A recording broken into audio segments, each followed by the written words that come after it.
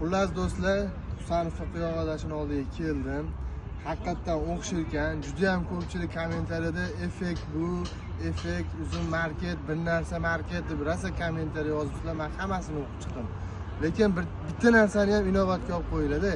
Bu hali maktabda o'qiydigan yosh bolada, bir 9-sinf yo 10-sinfda o'qisa kerak. Necha sinfda o'qiysan?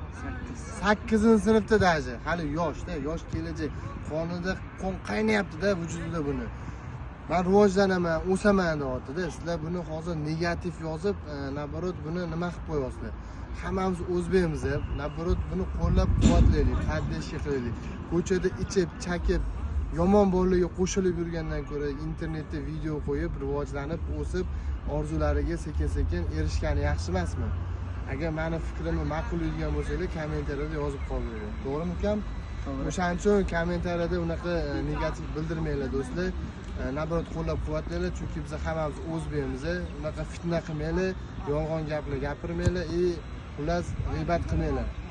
Birinchidan naborot qo'llab-quvvatlanglar. Haqiqatan o'xshaydi mana, qaranglar, hech qanaqa effekt yo'q bunda. Baddash qilinglar.